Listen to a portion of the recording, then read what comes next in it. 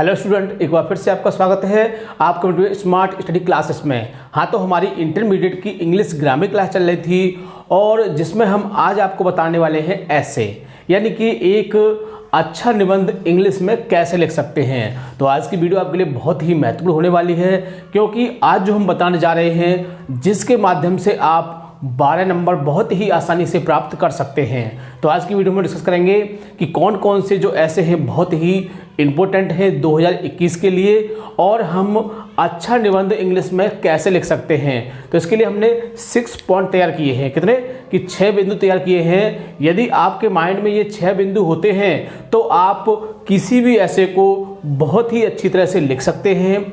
जब तक आपको ये 6 बातें नहीं पता होंगी तो आप ऐसे को सही प्रकार से नहीं लिख पाएंगे। तो आज की वीडियो में आपको यही बताएंगे कि एक अच्छा निबंध, कि एक इंग्लिश में अच्छा निबंध कैसे लिखा जाए। तो उसके लिए हमने 6 पॉइंट तैयार किए हैं और हम इसके साथ साथ ये भी बताएंगे कि 2021 में कौन कौन से निबंध आने वाले हैं, जिसमें से आपको एक नहीं 2 निबंध आपको एग्जाम में देखने को मिलेंगे यदि आप हमारे इन 12 निबंध को तैयार कर लेते हैं। तो हम आज बताएंगे आपको जो 12 ऐसे कौन कौन से हैं इंपोर्टेंट, जिनमें से ही आपको 2021 में निबंध देखने को मिलेंगे। इसलिए आपको बहुत सारे निबंध याद नहीं करने हैं। बुक्स लेवल पर 30, 40, 50, 60 दिए होते हैं, लेकिन आप इतने ऐसे कैसे याद कर सकते हो, बहुत ही इम्पॉसिबल है। बट आपको तो याद करना ही नहीं है। यदि आप हमारी न्यूज़ सीरीज 28 मार्क्स चल रही है, यदि आप उसको डेली देखते हो तो आप स्टोरी बनाना बहुत ही आसानी से सीख जाओगे, जिसके माध्यम से आप किसी भी ऐसे को बहुत ही आसानी से लिख सकते हो। लेकिन फिर भी हम आपको 12 ऐसे बताएंगे जो बहुत ही इम्पोर्टेंट हैं। इनमें से आपको एग्जाम में मैं कहता हूँ एक नहीं 2 निबंध आपको देखने को मिलेंगे, जिससे कि आप कंफ्यूज हो जाओगे कि इसे लिखें या इसे लिखें। ठीक है, तो आपको ये 12 निबंध बहुत ही अच्छी तरह से तैयार करने हैं, बिल्कुल भी डिले नहीं करना है, क्योंकि एग्जाम में आपका ये 12 मार्क्स का आता है। यानी कि कहा जाए तो ये क्वेश्चन सबसे ज़्यादा मार्क्स का आता है। और सबसे खास बात क्या है कि इसको लिखने में ज़्यादा समय भी नहीं लगता है, क्योंकि निबंध लिखना कुछ सोचने का मैटर नहीं है, ना ही कुछ रटने का मैटर है। सिर्फ आपको स्टोरी बनाना आना चाहिए, यानी कि हिंदी से इंग्लिश बनानी आनी चाहिए, जिससे कि आप अपने माइंड में हिंदी सोचें और कॉपी पर उसकी इंग्लिश बना दें। तो इसके लिए निबंध लिखने के लिए भी कुछ आउटलाइन होती हैं, कुछ बिंदु होते हैं जो आपके माइंड में होने चाहिए। यदि आपको उनके बारे में जानकारी नहीं होगी तो आप एक अच्छा निबंध नहीं लिख सकते हैं और आप 12 मार्क्स प्राप्त करने से वंचित हो सकते हैं। तो हमारी ये इच्छा है कि आप 12 के 12 नंबर कैसे प्राप्त करें। यदि आप हमारी इस ट्रिक को, हमारी इस चाल को आप प्रयोग करते हो, यदि आप हमारी इस योजना से चलते हो, तो आप बहुत ही आसानी से 12 नंबर प्राप्त कर सकते हो। ठीक है, तो ज़्यादा समय वेस्ट न करते हुए चलते हैं अपने टॉपिक की ओर। क्लास 12 इंग्लिश ग्रामर, यानी कि 12th क्लास की इंग्लिश ग्रामर की क्लास चल रही थी हमारी, और जिसमें हम आज को बताएंगे कि ऐसे कैसे लिखा जाता है, यानी कि एक अच्छा निबंध इंग्लिश में हम कैसे लिख सकते हैं। तो उसकी जो मुख्य बातें हैं वो आपके माइंड में होनी चाहिए। जब तक आपके माइंड में ये बातें नहीं होंगी आप इसको समझ नहीं पाएंगे। तो देखिए, इसका टाइटल दिया हुआ हमारे कि इंग्लिश में अच्छा निबंध कैसे लिखें। यानी कि लिख तो सभी लेते हैं, जैसा भी लिखते हैं, गलत लिखें, सही लिखें, अच्छा लिखें, बुरा लिखें, लेकिन बात आती है कि अच्छा तो अच्छा ही होता है। ठीक है, तो इसके लिए हमने क्या है, ये हमने इसके लिए 6 बिंदु लिए हैं, यानी कि 6 पॉइंट लिए हैं। यदि आपके माइंड में ये 6 पॉइंट रहेंगे तो आप बहुत ही आसानी से निबंध को लिख सकते हैं और एक सही निबंध लिख सकते हैं, जिससे कि आपको बहुत ही आसानी से ये 12 मार्क्स प्राप्त हो सकते हैं। ठीक है, तो स्टार्ट करते हैं। देखिए, पहला पॉइंट क्या है, तो ये आपको 6 बातें अपने दिमाग में रखनी है और ऐसे को लिखना शुरू करना है। तो देखिए, पहली बात है, देखते हैं कि सबसे पहले जिस टॉपिक पर ऐसे लिखना चाहते हो उसकी आउटलाइन, यानी कि रूपरेखा तैयार कर लें। यानी कि सबसे पहले क्या आता है कि हमें जिस टॉपिक पर निबंध लिखना है, यानी जिस टॉपिक पर हमको ऐसे लिखना है, तो उसकी हमें आउटलाइन याद होनी चाहिए, यानी उसकी रूपरेखा। आउटलाइन क्या होती है कि उसकी जो हेडिंग्स होती हैं उसकी एक हम सीरीज सी बना लेते हैं। ठीक है ना, तो उसको हम डिस्कस करेंगे सबसे बाद में। जैसे मैं आपको पहले बता देता हूँ कि आउटलाइन क्या होता है। जैसे कि आउटलाइन है, इंट्रोडक्शन है, काइंड्स ऑफ पॉल्यूशन, है ना। तो हमने किसे बताया, ये पॉल्यूशन बताया। पॉल्यूशन के देखिए पहले इंट्रोडक्शन है, फिर काइंड्स ऑफ पॉल्यूशन, जैसे कि air pollution, water pollution, noise pollution, soil pollution, है ना। इसके बाद 4 नंबर आएगा इफेक्ट ऑफ पॉल्यूशन, यानी कि पॉल्यूशन का क्या प्रभाव होता है। इसके बाद कंक्लूजन। तो इस तरह से ये क्या है, इसको बोलते हैं हम आउटलाइन। क्या बोलते हैं इसको, आउटलाइन। तो आपके माइंड में क्या होना चाहिए, जिस निबंध को आप लिख रहे हैं उसकी आउटलाइन जो है, रूपरेखा जो है आपके माइंड में होनी चाहिए, तभी आप एक अच्छा निबंध लिख सकते हैं। ठीक है, तो पहला पॉइंट क्या है कि आप जिस टॉपिक पर ऐसे लिख रहे हो उसकी रूपरेखा आपके दिमाग में होनी चाहिए। यदि आपके दिमाग में उसकी रूपरेखा होगी तो आप उस ऐसे को बहुत ही आसानी से लिख सकते हैं। दूसरी बात देखिए, ये वो बातें हैं जिनके माध्यम से आप एक अच्छा निबंध लिख सकते हैं और आप अच्छे नंबर गेन कर सकते हैं। ठीक है ना। तो दूसरा पॉइंट है इसका, देखिए निबंध को जितना हो सके अपनी भाषा में लिखें। यानी कि ये भी बात बहुत महत्वपूर्ण है कि यदि आपको निबंध लिखना है तो किस में लिखना है, अपनी लैंग्वेज में लिखना है, यानी कि किताबी लैंग्वेज में नहीं लिखना है। मेरा कहने का मतलब ये है कि अपनी लैंग्वेज भी तो वही होती है सेम, लेकिन वो क्या है कि जैसे सेंटेंस आपने माइंड में मेकअप किया उसकी इंग्लिश बना दी, फिर दूसरा सेंटेंस मेकअप किया फिर उसकी इंग्लिश बना दी। तो ये कब पॉसिबल है, जब आप हमारी उस सीरीज को देखते हो, कौन सी 28 मार्क्स वाली को, क्योंकि उसमें हम आपको सिखाएंगे क्या, हिंदी से अंग्रेजी बनाना, यानी किस तरह से आप हिंदी से अंग्रेजी सीख सकते हैं। तो वो सब आप सीख जाओगे तो बहुत ही आसानी से आप इस टॉपिक को क्लियर कर सकते हो। तो क्या है, यानी कि निबंध को जितना हो सके अपनी भाषा में लिखना है, यानी कि किताबी भाषा में नहीं लिखना है, क्योंकि किताबी भाषा में बहुत से हार्ड वर्ड होते हैं, तो आप उनको कैसे याद करोगे।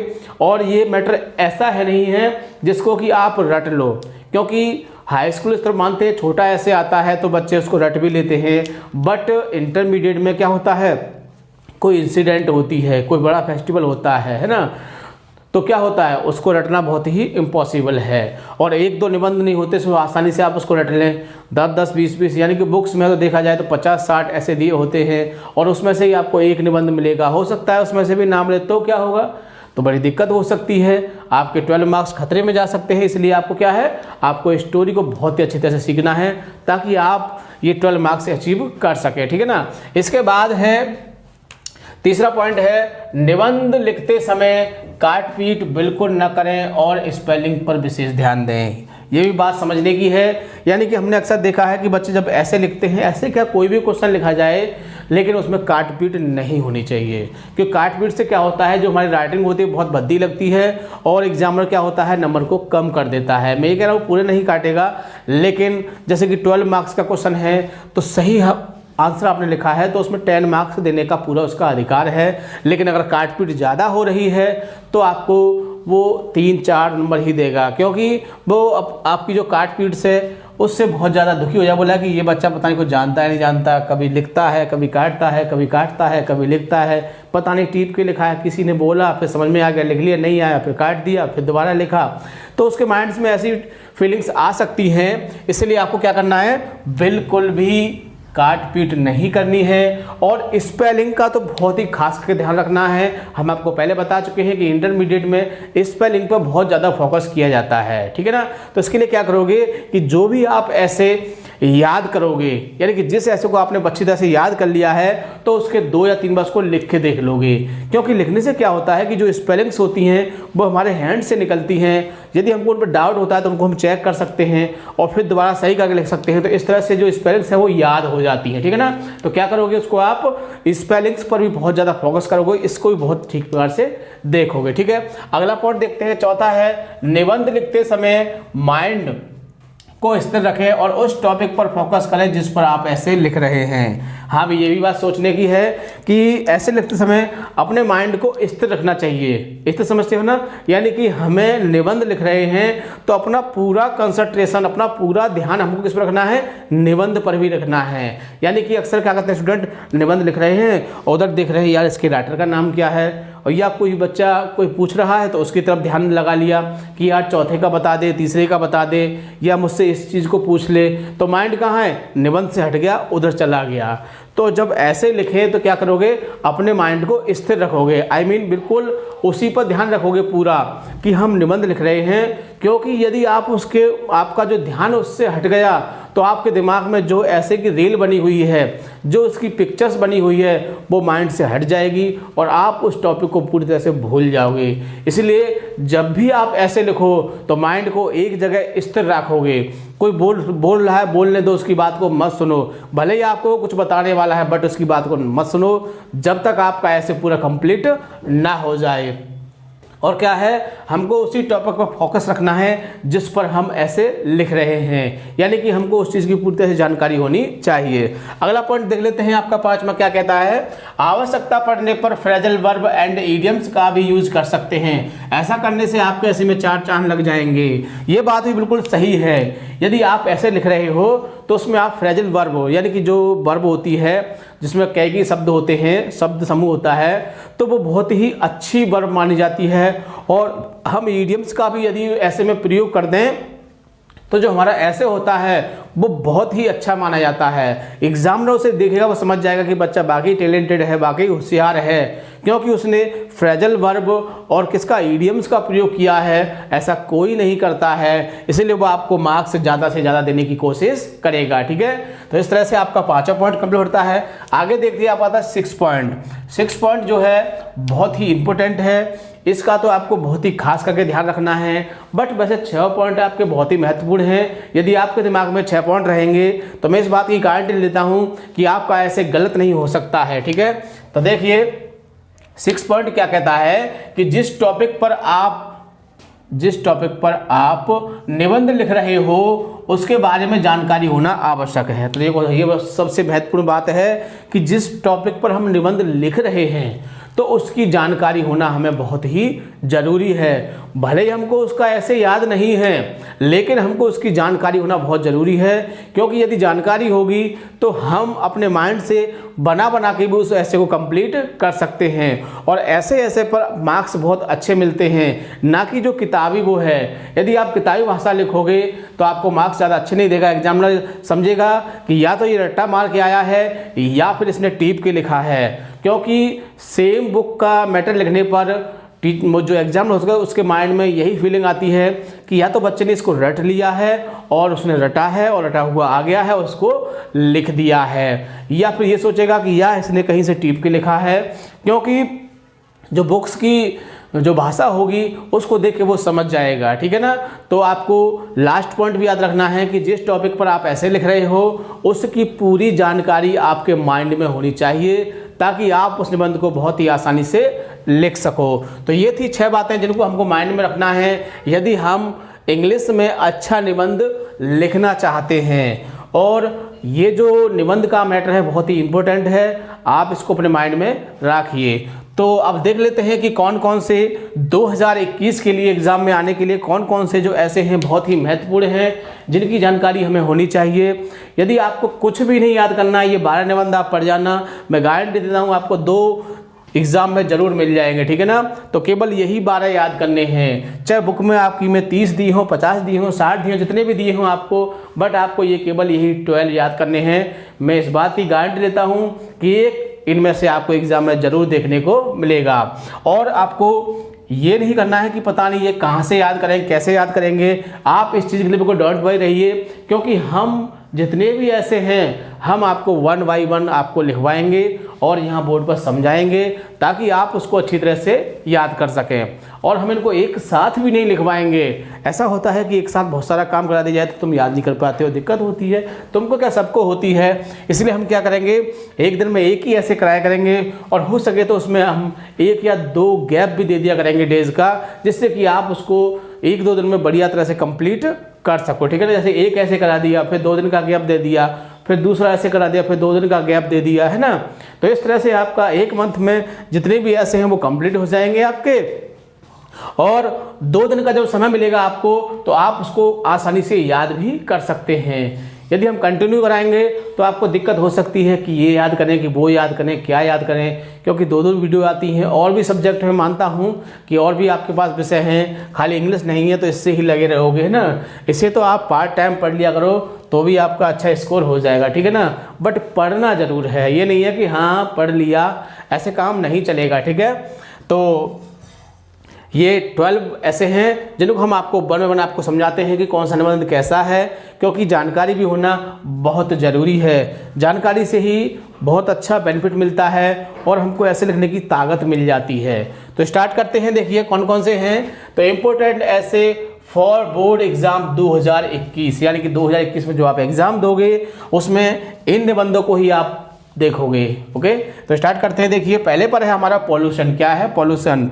तो पॉल्यूशन से आप परिचित होंगे कि पॉल्यूशन क्या होता है ना, और उसके इफेक्ट क्या होते हैं। तो पॉल्यूशन में से होता है प्रदूषण। क्या होता है? प्रदूषण। प्रदूषण आप जानते हैं क्या होता है, यानी कि गंदगी करना। खास तौर से आप कह सकते हैं कि जो गंदगी करना वही प्रदूषण है ना। अब गंदगी देखो हर चीज़ में हो सकती है, पानी में भी हो सकती है, हवा में भी हो सकती है और आपकी मिट्टी में भी हो सकती है। तो बहुत सारी गंदगी होती है, तो वो सब हमारी इसमें आ जाती है, ठीक है ना। तो पॉल्यूशन को हम डिस्कस करेंगे और देखो यहाँ पर हम आउटलाइन के माध्यम से भी आपको बताएंगे पॉल्यूशन क्या होता है, कैसे होता है, किस किस का होता है, ये भी हम आपको बताएंगे। लेकिन फर्स्ट पे हम आपको इतना ही बताएंगे कि ये निबंध आपको हम 12 खाली जानकारी देंगे, फिर वन बाय वन आपको समझाएंगे, तब हम आपको पूरी तरह इसके बारे में क्लियर करेंगे। तो सेकंड पर है देखिए इविल्स ऑफ डॉरी। इविल्स में से होती है बुराई। क्या होती है? बुराई। ऑफ डॉरी में से होती है दहेज प्रथा, यानी दहेज प्रथा की एक बुराई है। तो दहेज प्रथा के बारे में बताएंगे, क्योंकि आजकल डॉरी का बहुत स्कोप चल रहा है, लेकिन कोरोना के उससे डॉरी कुछ कम हो गया है, ठीक है। इस बात को तो हम मानेंगे। थर्ड पर है देखिए science is a good servant, यानी कि विज्ञान जो है एक ऐसा है, अच्छा क्या है, एक नौकर है, बट ए बैड मास्टर, लेकिन एक बुरा मालिक है। तो कैसे है इसको तो हम डिस्कस करेंगे, जब आपको पूरा ऐसे लिखवाएंगे तो तभी बताएंगे कि एक अच्छा नौकर कैसे है और बुरा मालिक कैसे है। आगे देखिए 4 पर है इंडियाज पॉपुलेशन प्रॉब्लम, यानी कि भारत की बढ़ती हुई जनसंख्या की समस्या। देखो जनसंख्या की समस्या तो बढ़ ही रही है ना, और ये तो बढ़ती रहेगी, लेकिन कुछ कुछ कम होती जा रही है, और इसको कम आप हम लोग ही करेंगे और आप हम लोग ही इसको बढ़ाते हैं। तो बढ़ना तो स्वाभाविक है, क्योंकि मृत्यु दर कम होती रही, क्योंकि साइंस हमारी बहुत ज़्यादा तरक्की कर रही है, आपको पता है, यानी कि मुर्दों को भी जिंदे करने की कोशिश कर रही है। तो क्या होगा? सिंपल सी बात है, जनसंख्या तो बढ़ेगी, है ना। और पैदा भी हो रहे हैं, लेकिन मर कम रहे हैं।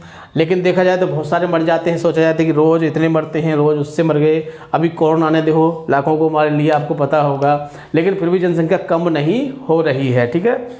तो आगे देखते हैं 5 पर है देखिए आपका वोमेन्स एजुकेशन, यानी कि वोमेन्स एजुकेशन मतलब कि स्त्रियों की शिक्षा। देखो इस बात पर सरकार को बहुत ध्यान देना चाहिए, और सरकार ध्यान दे भी रही है, क्योंकि आपने सुना होगा, कहा जाता है कि यदि एक पुरुष पढ़ता है, यदि एक पुरुष पढ़ता है, मान लो एक व्यक्ति जो पुरुष होता है, यदि वो पढ़ लिख जाता है तो केवल एक परिवार सुधरता है। क्या होता है? केवल एक परिवार सुधरता है। लेकिन जब एक स्त्री पढ़ जाती है, यानी कि जब एक स्त्री पढ़ जाती है तो केवल एक परिवार नहीं, 2 परिवार सुधर जाते हैं। अब वो कैसे सुधरते हैं? आप समझदार समझ गए होंगे। यानी कि एक लड़की जो पढ़ती है तो अपने वो जहाँ रहती है, मान ली पिताजी के पास रहती है, तो वहाँ भी वो सुधार करती है, बच्चों को पढ़ाएगी लिखाएगी। आपने देखा होगा कि शादी से पहले बहुत सी लड़कियाँ कोचिंग करती हैं, लड़कों बच्चों को पढ़ाती हैं और अपनी लाइफ को बहुत ही अच्छा मेंटेन कर लेती हैं, ठीक है ना।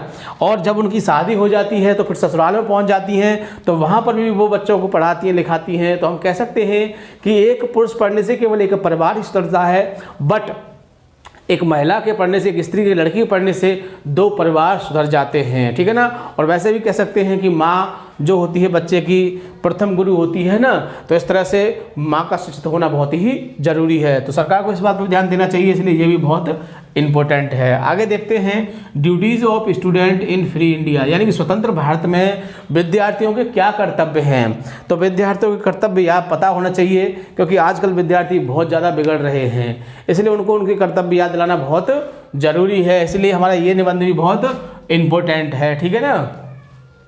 आगे देखिए एक क्रिकेट मैच, यानी क्रिकेट मैच का बहुत अच्छा स्कोप चल रहा है। अभी कुछ दिन पहले IPL जो कुछ मैच आए थे, तो लोगों ने बहुत ज़्यादा उसमें इंटरेस्ट लिया, है ना, बच्चों ने ज़्यादा इंटरेस्ट लिया।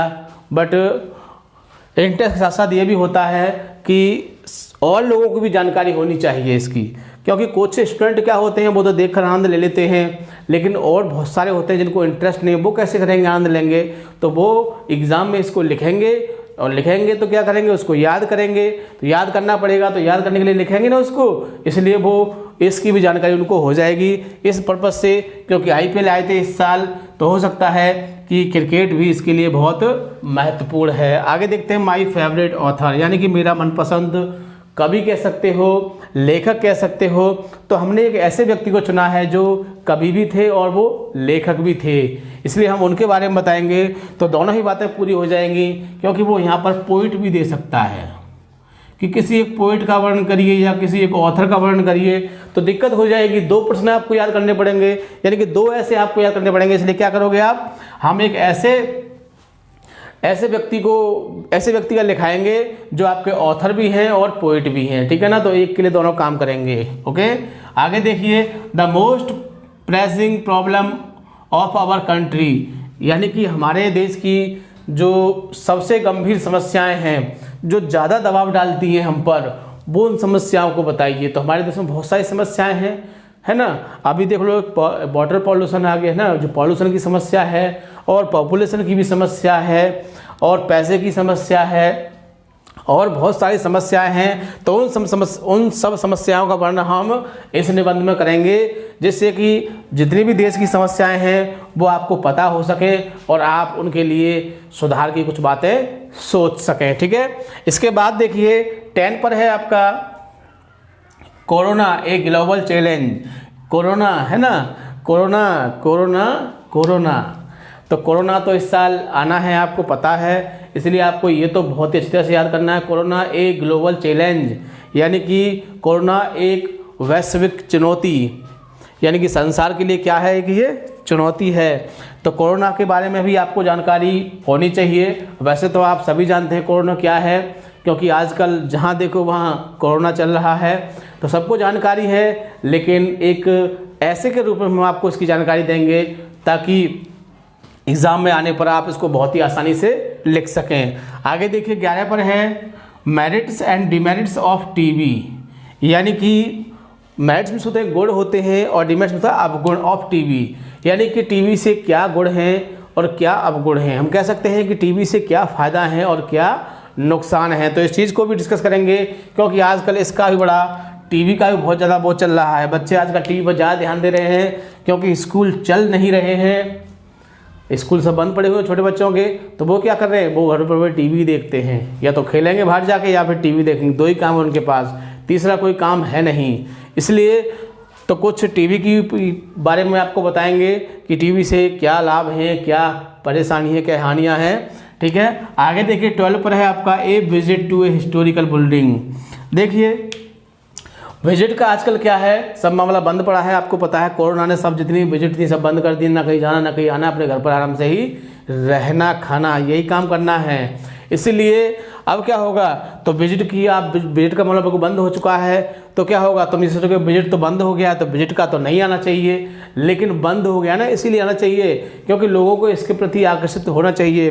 लोग सोच रहे यार वैसे नहीं कहीं जा पा रहे हैं तो पढ़ के ही चले जाते हैं, बुक्स में पढ़ेंगे कि हाँ हम एक पहाड़ी क्षेत्र में घूमने गए थे, या फिर हिस्टोरिकल बिल्डिंग पे आ सकता है, ऐतिहासिक इमारत जैसे कि ताजमहल है, तो अब जा नहीं रहे हैं तो उसके बारे में पढ़ तो लें। इसलिए ये भी आपका इम्पोर्टेंट है। तो ये थे आपके 12 निबंध जो आपको याद करने हैं, जिनको हम आपको वन बाय वन आपको समझाएंगे ताकि आपको इसकी जानकारी अच्छी तरह से हो सके।